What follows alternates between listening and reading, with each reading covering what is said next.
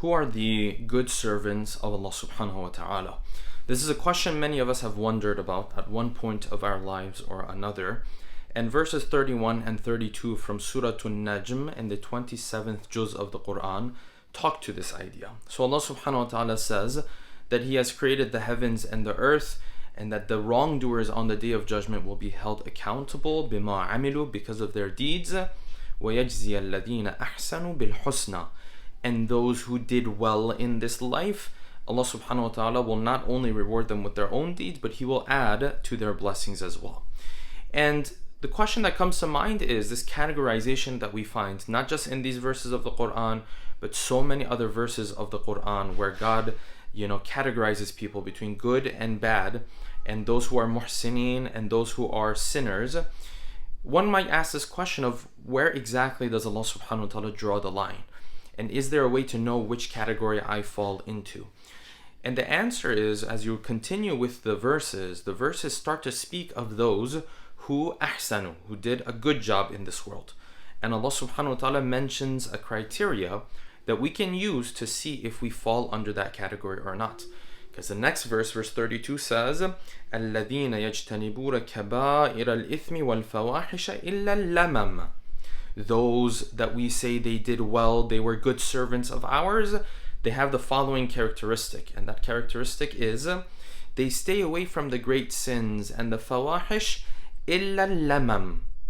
Now, scholars have different opinions on what al-lamam actually means.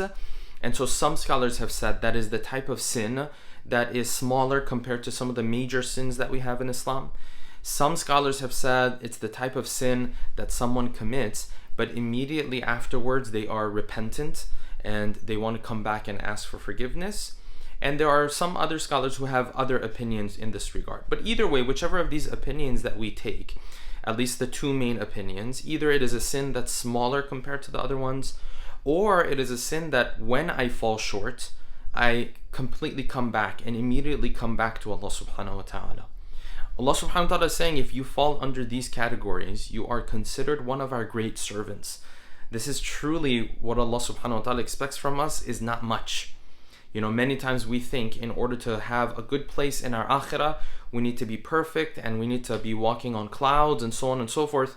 When you look at the verses of the Quran, they are telling us that if you fall under this category of individuals who either small sins or sins that when you do them, you immediately come back. Otherwise, you're trying to stop yourself, yes? You never give yourself a green light to commit sins. So you're trying to hold back, shaitan gets the best of you, and then you return back to Allah subhanahu wa ta'ala. The verses of the Quran tell us this is a person who ahsanu, they did well in this life.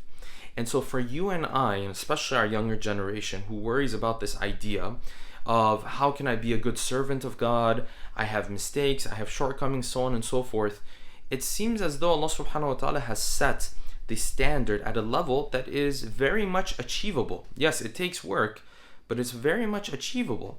So this understanding we have that you have to be somehow perfect to be a good servant of God does not seem to mesh with the verses of the Quran.